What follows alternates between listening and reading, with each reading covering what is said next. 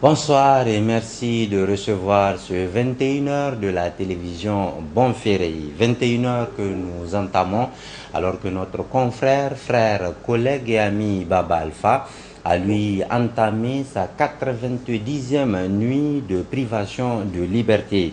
Avec lui, son vieux père de 70 ans, Mohamed Alpha. Justement, les deux ont été présentés ce mardi 27 juin 2017 au juge chargé du dossier. Juge qui, pour leur procès, donc procès qui n'a pu avoir lieu et ayant été reporté à la demande du parquet. Toutefois, les avocats de la défense ont introduit une nouvelle demande de liberté provisoire, demande mise en délibéré pour le 4 juillet prochain. Les détails sont avec Boubacar Amadou et Mahamadou Djouri. Les parents, amis, connaissances et collègues de Baba Alpha doivent une fois encore attendre jusqu'au 4 juin prochain pour savoir le sort qui lui sera réservé. En effet, après un premier report du procès à la demande de la défense le 16 juin dernier, cette fois-ci c'est au tour du parquet de demander un report du procès pour, affirme-t-il, entendre certains témoins qui n'ont jamais été entendus ni à l'instruction ni encore dans la procédure qui s'en est suivie. Une décision que la défense n'a pas voulu cautionner. Le parquet, le procureur qui a fait cette poursuite est désemparé. Le parquet, pour la première fois, après plus de 3 mois d'instruction, et un premier renvoi qui a été fait à la demande uniquement du conseil, le parquet surgit pour lui aussi demander un renvoi pour un motif fallacieux. Parce que le parquet est celui qui a monté, en dépit de l'unicité du parquet, le procureur qui a monté dit que lui ne connaît pas le dossier et que par conséquent il faut qu'on renvoie le dossier pour que celui qui le connaisse prenne connaissance, vienne instruire, assister à l'instruction du dossier. C'est une aberration lorsqu'on sait que le parquet est indivisible. Et si le parquet est indivisible, le parquet qui a poursuivi ne peut pas arguer de motifs fallacieux nouveaux sans fondement pour demander le renvoi. Autre aspect soulevé par le parquet, le doute dans le dossier, ce qui, selon la défense, devrait favoriser leurs clients. Il a lâché, le pire c'est qu'il a lâché par lapsus le terme en disant qu'il y a un doute dans la procédure. Eh bien nous disons au procureur que lorsqu'il y a un doute, c'est universellement reconnu que le doute doit profiter à l'inculpé. L'un dans l'autre, puisqu'il a insisté, parce que nous avons constaté son embarras, qu'il est son embarras de la poursuite, nous avons demandé que l'équilibre soit rétabli. Entre autres motifs, il a demandé à ce que comparaisse comme témoin un certain Ango qui n'a jamais été appelé à l'instruction, et nous avons le doute qu'on ne sait jamais. Est-ce que le parquet n'a pas pris langue avec ce monsieur pour le faire partir, pour pouvoir maintenir le plus longtemps possible Baba Alpha dans les liens de la détention, d'autant plus que ce qui l'intéresse, c'est de garder Baba le plus longtemps en prison. Pour la poursuite de la procédure, comme l'aurait souhaité le parquet, la défense a introduit une demande de liberté provisoire. On n'a su de rien, mais on a fait la demande. Nous savons que nous avons demandé au juge d'être équitable, puisqu'il a ordonné la liberté, il a ordonné le renvoi de la procédure à la demande du parquet. Je suppose que le juge sera équitable en accédant également à notre demande pour rétablir les équilibres. Ce n'est pas plus que cela. Ce n'est qu'une demande de liberté provisoire qui n'a rien à voir avec le fond et la culpabilité de notre client. Visiblement, la désolation et le désespoir se lisent sur les visages des parents, amis et connaissances de Baba Alpha venus massivement assister à ce procès.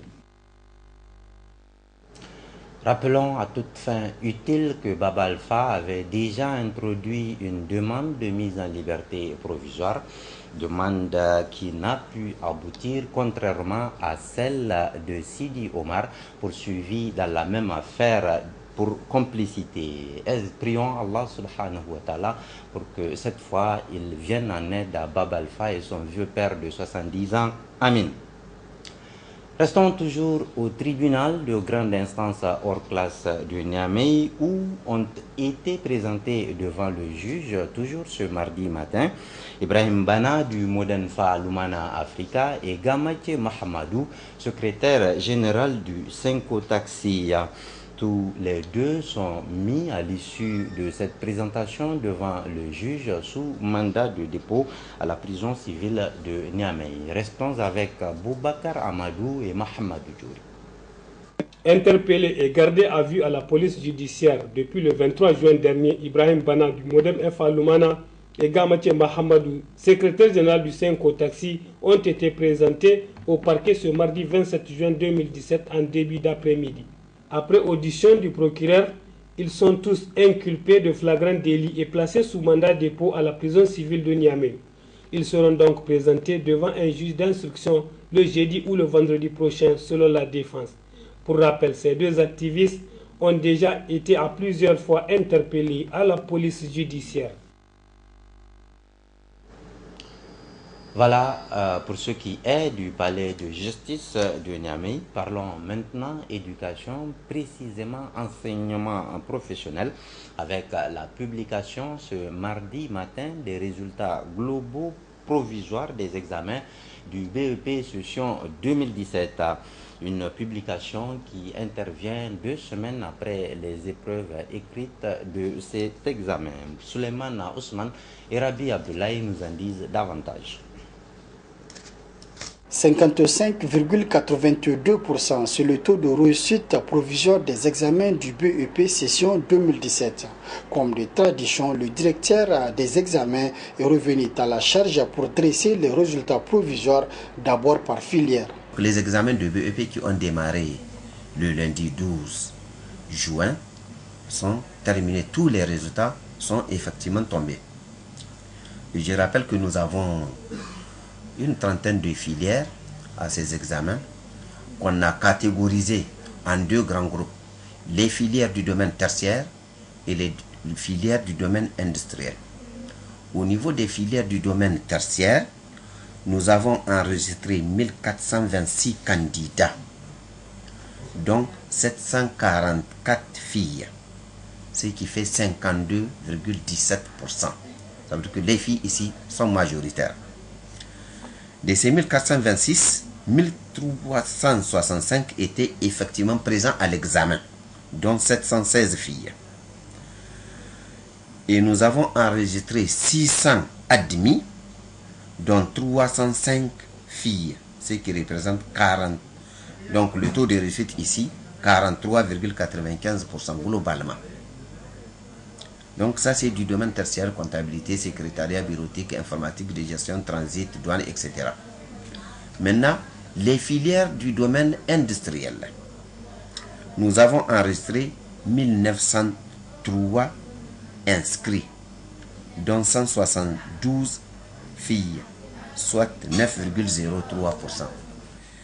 1877 étaient présents effectivement à l'examen, dont 171 filles. Et 1210 sont admis, dont 106 filles, ce qui représente 64,46%. Ensuite, les résultats globaux provisoires, toutes filières confondues. Filière industrielle, filière tertiaire, jumelée, nous avons enregistré 3326 candidats, dont 916 filles, soit 37,87% des filles. Et 3242 étaient effectivement présents à l'examen, dont 887 filles. Et nous avons enregistré un nombre de candidats admis de 1810, soit 55,82%. Voilà le taux global de réussite au BEP 2017. La publication de ces résultats provisoires du BEP session 2017 intervient 2 semaines après les épreuves écrites des examens du BEP. Aussi, la publication définitive des résultats est attendue dans les jours à venir officiellement par le ministre en charge des enseignements professionnels. Ramadan s'en est allé avec ses bienfaits. Les fidèles musulmans renouent avec leurs habitudes alimentaires, notamment l'alimentation en journée, ce qui n'est pas très facile pour le corps humain. Alors, comment aider l'organisme à se réadapter à cette nouvelle donne? C'est ce à quoi tentent de répondre Bouli Adamouide et Omar Boukari dans ce reportage. 9h40 ce matin, chez ces vendeurs de nourriture quelque part à Niamey, une dizaine de personnes prennent le petit déjeuner. 4 jours auparavant, cette scène n'aurait pas été possible à cause du jeûne du mois de Ramadan. Après donc un mois de privation de nourriture dans la journée, la reprise de l'habitude alimentaire n'est pas toujours facile.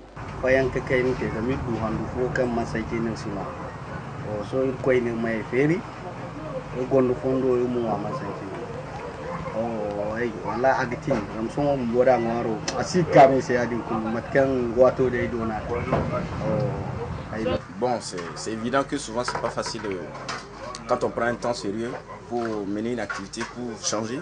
Il y a des petites erreurs l'ancienne habitude a tendance à s'installer. Donc du coup c'est sûr que pour commencer, beaucoup auront tendance à penser qu'il ne faut pas le faire, quoi. Voilà, comme ça a été le cas au début où on pense que on pouvait manger, on fait souvent des erreurs. Donc c'est aussi le cas, quoi. Voilà. Non, comme les gens on a habitué de se réveiller le tôt des matins en jeûner. Maintenant il y a une différence dedans. Comme maintenant, des fois si même tu vas prendre l'eau là, tu te rappelles que tu es en train de jeûner. Tu te sens pas comme par avant.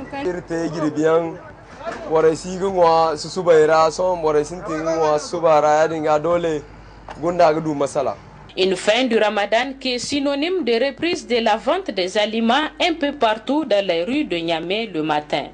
Les vendeurs commencent déjà à se frotter les mains.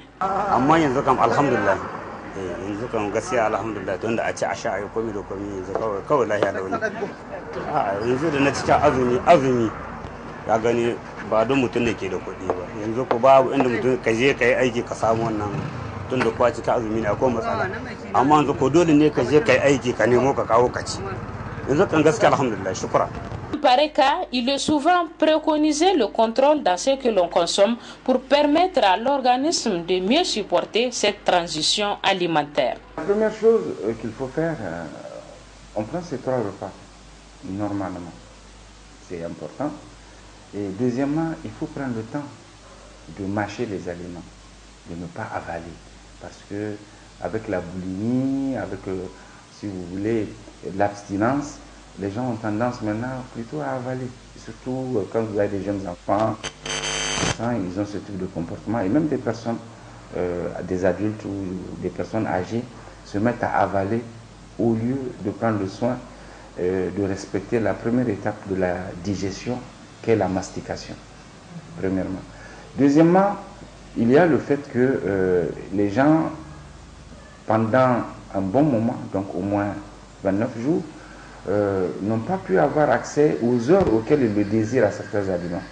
Il y a une tendance à consommer beaucoup de protéines animales et parfois ces protéines animales, notamment la viande de mouton, de bœuf ou des ruminants de manière générale, c'est de la viande grasse. Ça aussi, non seulement ça ne facilite pas la digestion, mais en plus ça introduit dans l'organisme une substance qui, si elle est de trop, peut engendrer des troubles pour l'organisme. Troisièmement, on a tendance à aller beaucoup vers des aliments extrêmement sucrés. Et ça aussi, ça peut entraîner, si vous voulez, une élévation transitoire du taux de sucre circulant. Il y a des aliments extrêmement bénéfiques pendant le mois de Ramadan que les gens consomment, dont ils se départissent après le mois de Ramadan. Je veux parler des fruits. Les Nigériens consomment énormément de fruits pendant le mois de Ramadan. Mais on constate qu'ils abandonnent la consommation des fruits après le mois de Ramadan. Eh bien, c'est une très bonne habitude que nous avons eu à prendre durant le mois de Ramadan. Il faut pérenniser ça. Dans tous les cas, la modération est de mise. Éviter tous les excès pour permettre à l'organisme de s'adapter progressivement à la reprise d'une alimentation journalière régulière avec la fin du Ramadan. Une enquête de Boulia Damouidé et Omar Boukari. Parlons sport avec la République populaire de Chine qui a offert à notre pays un lot de matériel sportif d'une valeur de 270 millions francs CFA. Ce dont est composé de planchers de bois, de systèmes de sonorisation et d'arrosage de terrain de football. Il a été réceptionné ce mardi au stade général Seyni Kounché devant Abdelaziz Mahamadou et Abdelaziz Djibrila. Depuis le sommet de Johannesburg du Forum sur la coopération Sino-Afrique organisé en décembre 2015, le gouvernement chinois a engagé avec les pays africains une coopération vaste dans les domaines d'industrialisation, de modernisation agricole et d'échanges culturels et humains dans le cadre de leurs 10 programmes majeurs de coopération. La présente signature de convention confirme l'engagement de la Chine à promouvoir sa coopération avec le Niger surtout. Depuis l'inauguration du stade et du palais il y a une vingtaine d'années, plus de 60 techniciens chinois ont été envoyés successivement au Niger. En assurant le fonctionnement du stade général Seyni Kounché et du palais du 29 juillet, les experts chinois ont aussi formé des techniciens nigériens qualifiés dans la pratique. Aujourd'hui, nous avons 5 techniciens chinois travaillant au Niger. Grâce aux efforts conjoints de part et d'autre, le stade et le palais sont devenus non seulement un endroit favori pour faire du sport, mais aussi un endroit de choix pour organiser des activités politiques, économiques et culturelles de toutes sortes. Ces installations ont contribué au développement du sport au Niger et sont devenues les symboles de la coopération d'amitié sino-nigérienne. Financé et construit pour un coût estimé à plus de 11 milliards de francs CFA, le stade général Seyni Kounché de Niamey est le fruit de la coopération sino-nigérienne. Doté d'équipements de technologie chinoise, sa maintenance est assurée par une équipe permanente de 5 techniciens chinois spécialisés dans les domaines de l'électricité, de la sonorisation, du froid et de la maintenance électronique. Ce matériel d'une valeur d'environ 270 millions de francs CFA, dont j'ai l'honneur de réceptionner officiellement aujourd'hui, est destiné au renouvellement complet du système d'arrosage de la pelouse du stade d'honneur, de la reprise du plancher du palais du 29 juillet ainsi que de plusieurs autres matériels de réchange. Outre cet important don de matériel, le gouvernement de la République populaire de Chine dépêchera également des techniciens chargés de la réalisation efficace de ces travaux de rénovation et de réhabilitation. Enfin, Monsieur l'ambassadeur, le matériel que votre gouvernement nous a offert aujourd'hui est d'une haute technologie, aussi pour sa meilleure exploitation et son entretien efficace. Nous vous demandons encore une fois de plus de bien vouloir intercéder auprès du gouvernement de la République populaire de Chine afin de nous assister dans la formation de nos techniciens dans le domaine du froid, de l'électricité et la maintenance électronique, tout en souhaitant que cette coopération fructueuse puisse se développer davantage. Peu après, les 2 délégations ont visité les différentes installations du stade général Seyni Kounché de Niamey en compagnie du directeur du dit stade.